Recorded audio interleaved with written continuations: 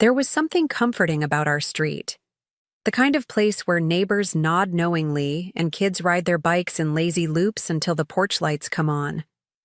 I used to think of it as a little world where nothing bad could sneak in. Daniel and I fit right in. We were the couple people waved at with that, "you two are perfect" kind of smile. He had this easy charm that turned strangers into friends. And me? I was just happy. Quietly happy. I believed in what we had. I believed in him. But lately, things started to feel off. Not in a dramatic soap opera way, just these little changes that only someone who truly knows would notice.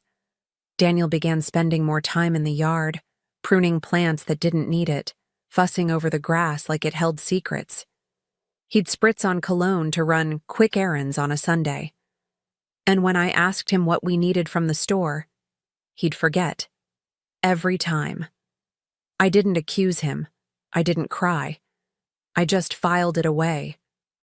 A part of me already knew. I just hadn't admitted it yet. And then there was Natalie. Always smiling. Always too close. She had a way of talking like she'd known you for years. Too friendly. Too familiar. She started popping up whenever Daniel was outside, offering lemonade, asking about our hydrangeas, laughing a little too long at his jokes. My skin prickled every time I saw her lean against our fence. I didn't have proof. Not yet.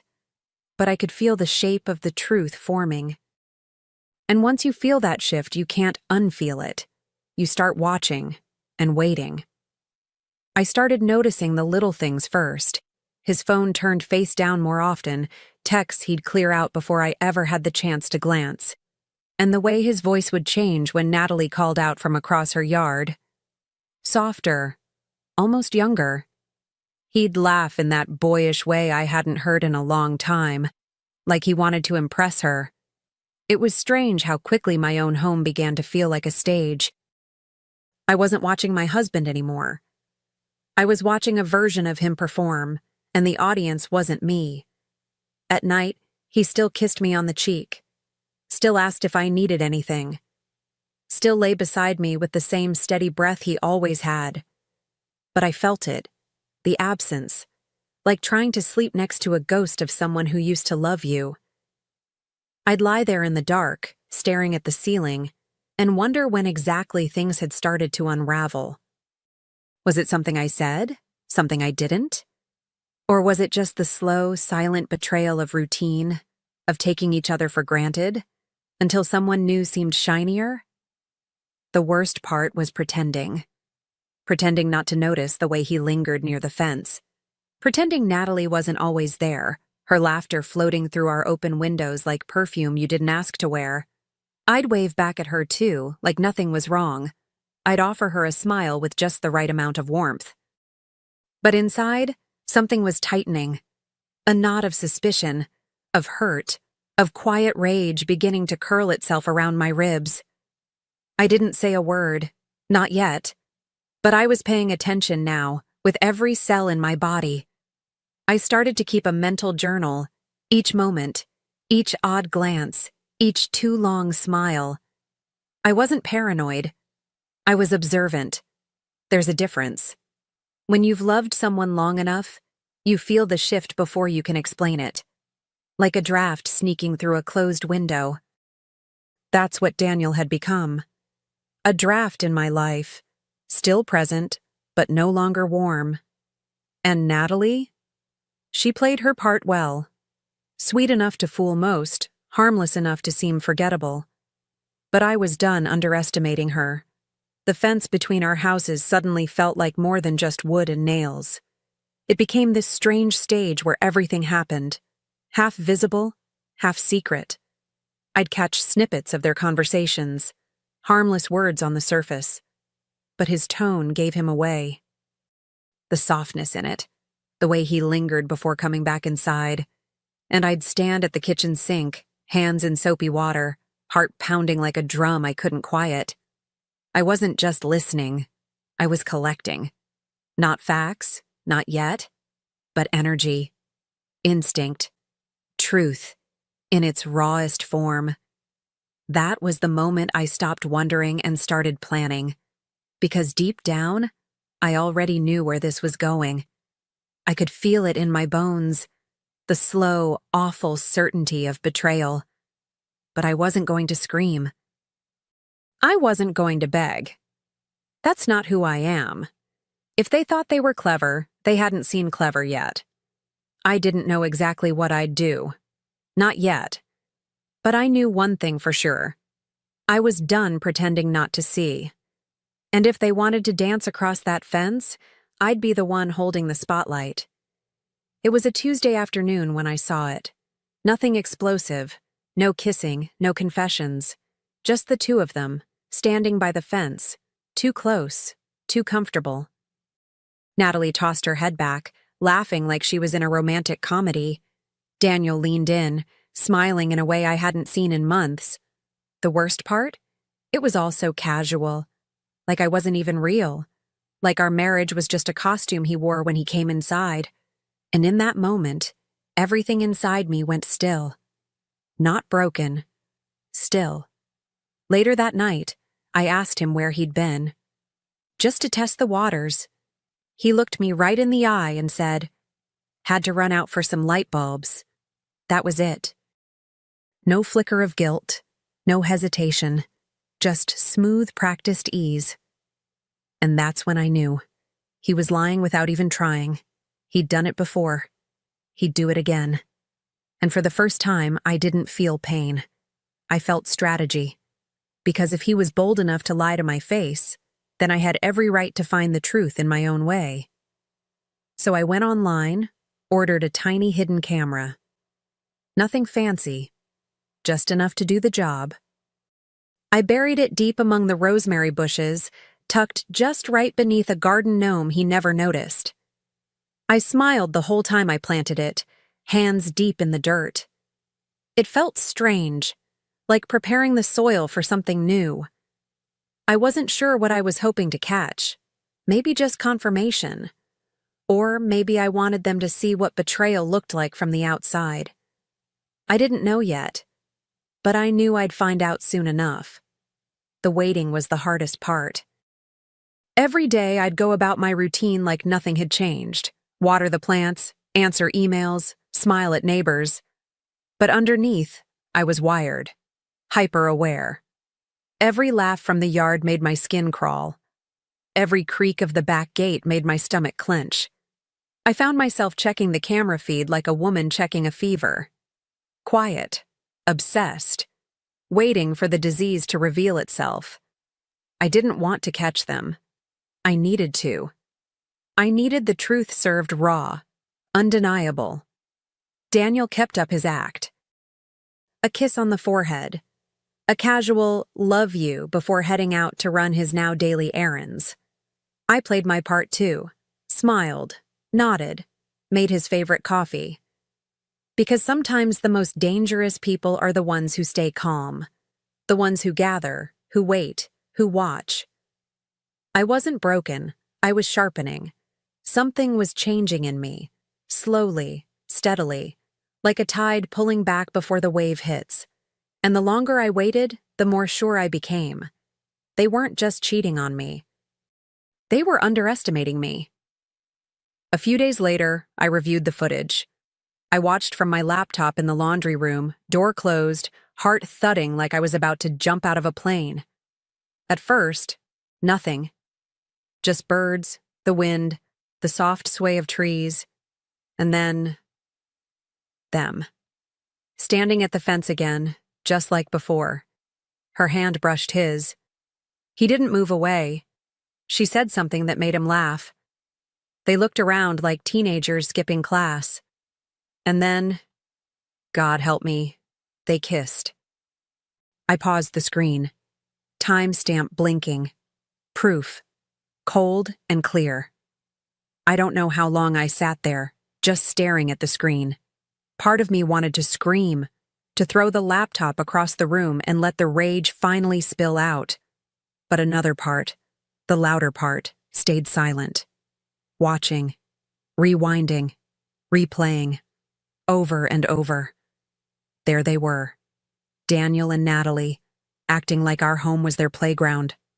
Like I was a ghost, a shadow, someone who'd already vanished. It was humiliating. But strangely, it was also liberating. Because now I wasn't guessing anymore. I knew, and that changes everything. I didn't cry. I didn't even blink. Instead, I opened a new folder on my desktop, named it something innocent. Garden photos. Inside, I saved the clip. Then another. I went back through the footage and began collecting every moment, every smile, every stolen glance that proved who they really were. I didn't want revenge, not yet. I wanted documentation. Something that spoke louder than any confrontation ever could. If they thought this was just a fling, a secret giggle behind closed doors, they were about to learn what exposure feels like. That night, I lay beside Daniel, listening to his breathing, steady as ever. I turned slightly, just enough to watch his face in the dark. He looked so peaceful, so unaware. It was almost poetic. He had no idea that the person next to him wasn't his wife anymore. She was someone else now, someone patient, someone precise. And while he slept, I began to sketch the next steps in my mind. No shouting, no tears, just a slow, deliberate unraveling. One he'd never see coming. There's a strange clarity that comes with betrayal, like a fog lifting, but what you see is uglier than you imagined. I sat in front of my computer with the footage open, eyes fixed on the screen. My hands didn't shake, my breathing didn't change. What I felt wasn't sadness anymore. It was something colder, sharper. Every minute of that video was another thread I'd pull loose from the life they thought they could tangle behind my back. I watched them laugh, touch, sneak into my home like it was theirs. My sanctuary turned stage.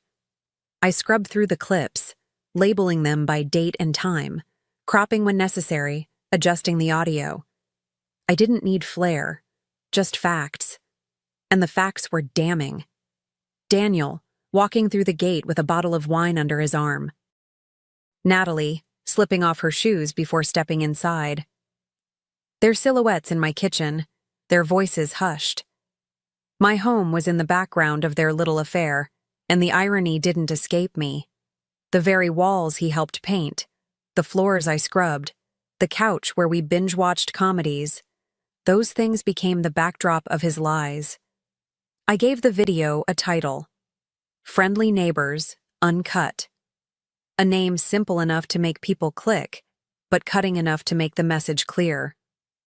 I replayed the final cut one more time, watching the betrayal unfold from the lens I had planted, hidden in the soil they thought was neutral ground. This wasn't just about catching them anymore. This was about reclaiming my space, my truth, my voice. They wanted secrets? Fine. But I would give the truth its moment in the sun, and I'd make sure it burned. I never thought I'd be the kind of woman to create a digital case file on her own husband, but here I was, exporting clips like a documentarian of my own collapse. And yet, it didn't feel like collapse. It felt like construction. Each frame, each timestamp, each angle was a brick in a new foundation. I watched them linger by the garden hose. I watched Natalie touch his arm like she owned it. And I watched Daniel, my Daniel, smile back like the vows we made were some old joke no one tells anymore. There was one moment I kept returning to. A short clip, barely 15 seconds long. Natalie brushing a strand of hair behind her ear while Daniel reached into his back pocket and handed her a key. My key. Our spare. The one we kept for emergencies. I paused the video there. That small gesture carried more weight than anything else. He hadn't just cheated. He'd handed her access. To me. To our home. To everything we'd built. That key felt like a bullet I didn't see coming. And it hit harder than any kiss or whisper ever could. I backed up the files twice, once on a flash drive, once in the cloud. I wasn't about to lose this to a glitch or an accidental deletion. No, this needed to live in more than one place. I was methodical, calm, detached in the way surgeons have to be before they cut. This wasn't about drama. This was about justice, about truth, stripped of excuses. I wasn't going to ask Daniel to explain. I wasn't going to cry at his feet. I was going to do something far more effective. I was going to let the neighborhood see who they really were. I stared at that finished video like it was a letter I'd never wanted to write. No narration. No edits for sympathy. Just raw, time-stamped betrayal in full color. I didn't want to dramatize it. I wanted people to feel what I felt. Quiet disbelief, then the slow burn of rage crawling up the spine. I imagined them watching it the same way I had. First, confused. Then, uncomfortable. And finally, furious. Not for me, but for themselves, because deep down, everyone knows someone who's lived this. Everyone's known a Daniel. Or worse, a Natalie. The plan came to me while I was weeding the garden. That same patch of rosemary where I'd hidden the camera in the first place. It felt almost poetic, really, pulling lies from the soil, making room for something new. The neighborhood had a WhatsApp group, a mailing list, a portal where people shared everything from lost pets to bake sale flyers. It was a small community, tight-knit, chatty, prone to gossip, which meant they were the perfect audience. They'd watched our love story bloom for years. Now they'd watch it rot in real time. That night, I drafted the message. Brief, anonymous. Nothing angry or desperate, just a link and a sender name that said it all. Laura, the wife. No subject line, no warning. Just a quiet little detonation set to go off the next morning. As I hovered over the send button, I didn't hesitate. Not for 1 second. Because I wasn't just showing the truth. I was reclaiming the narrative. If they wanted to play their little game behind fences and locked doors, I'd simply change the rules. And I knew. Tomorrow, everything would change. By 7:12 a.m., the neighborhood was on fire, and all I'd done was click send. I stayed in bed a little longer that morning, sipping coffee slowly, letting the chaos roll in through my phone. The group chat exploded first, dozens of unread messages. Has anyone seen this? Is this real? Oh my God.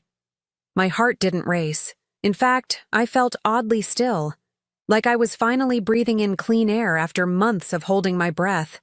No more secrets, no more pretending, just the truth, playing out in living rooms all across the block. By 8 the replies got personal. Is that Daniel?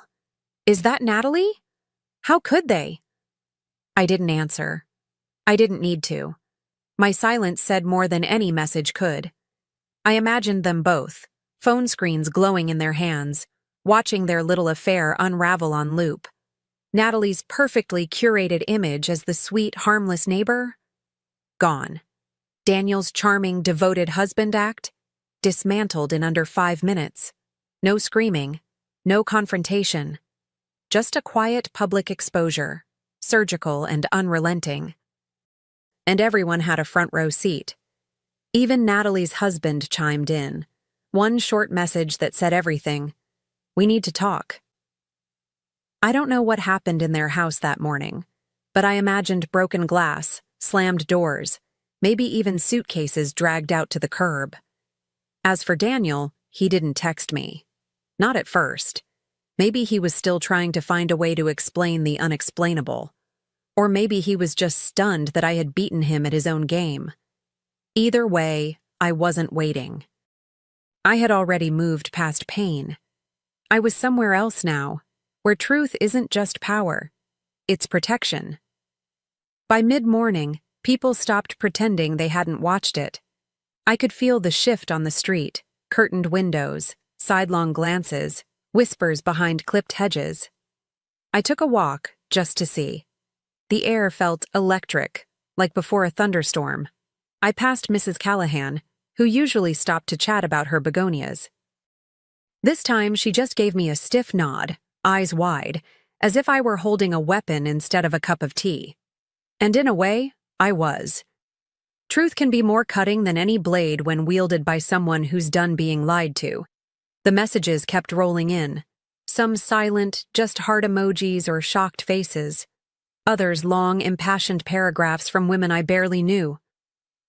"You're braver than I could ever be. I wish I'd done this when it happened to me." That surprised me. The solidarity. The silent army of women who had once stood exactly where I stood, but kept it quiet. Their pain tucked behind smiles and polite small talk. Not me. Not this time. I wasn't just calling out an affair, I was shining a light on the mold people pretend not to see. Around noon, Daniel finally showed up, stormed into the house like a man who'd been publicly executed. His face was flushed, jaw clenched. He tossed his keys on the counter like punctuation. "What the hell did you do?" I didn't flinch. I didn't cry. I didn't even raise my voice. I just looked him square in the eye and said, "Smile for the cameras next time." And in that moment, I saw it. The panic. The realization that I wasn't going to beg. I wasn't going to forgive. I had pulled back the curtain, and I wasn't planning to close it again. Daniel stood there, jaw working, like he couldn't find the right script for this scene. He was used to me being quiet, forgiving, the one who smoothed things over. But that version of me had walked out the door the moment Natalie's perfume showed up on our couch cushions. He tried again. "You humiliated me." His voice cracked, more wounded pride than real remorse. I leaned against the kitchen counter and said, without blinking, "No, you did that all by yourself. I just hit send."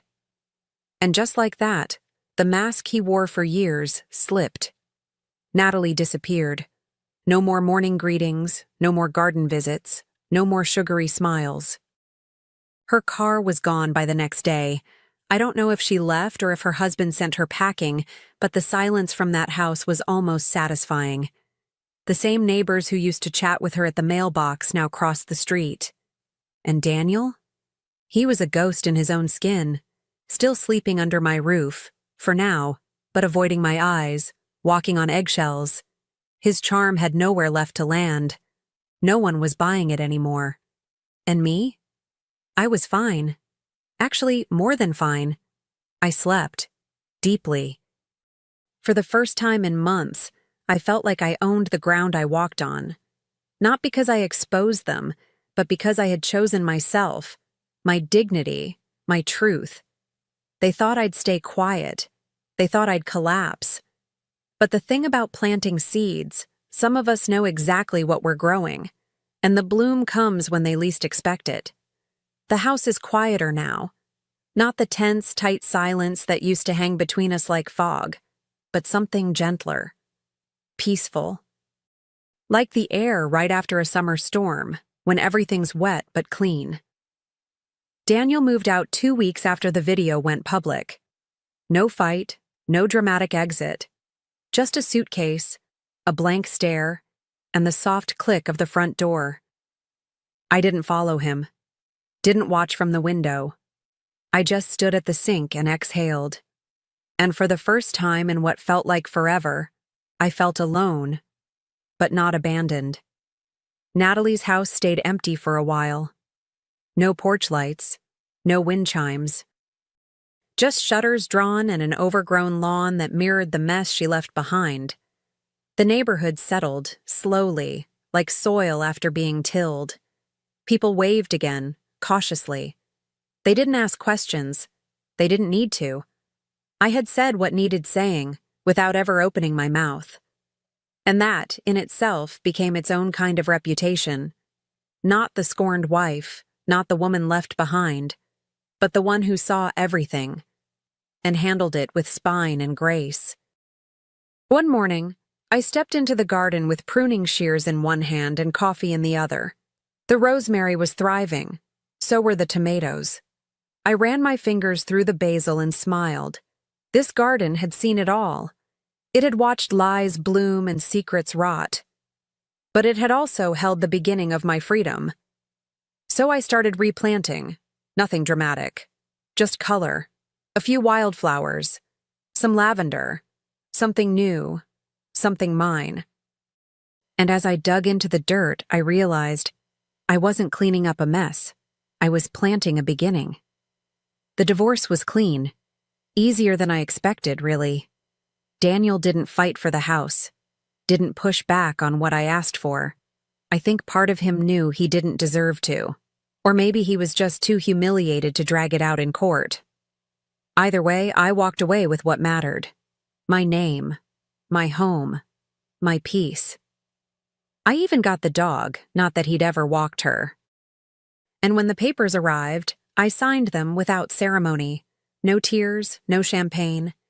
Just a quiet moment in the kitchen, my hand steady, my heart still. It's funny, after everything, people started treating me differently. Not with pity, with respect. Like I'd done something bold they couldn't quite say out loud. Women stopped me at the market.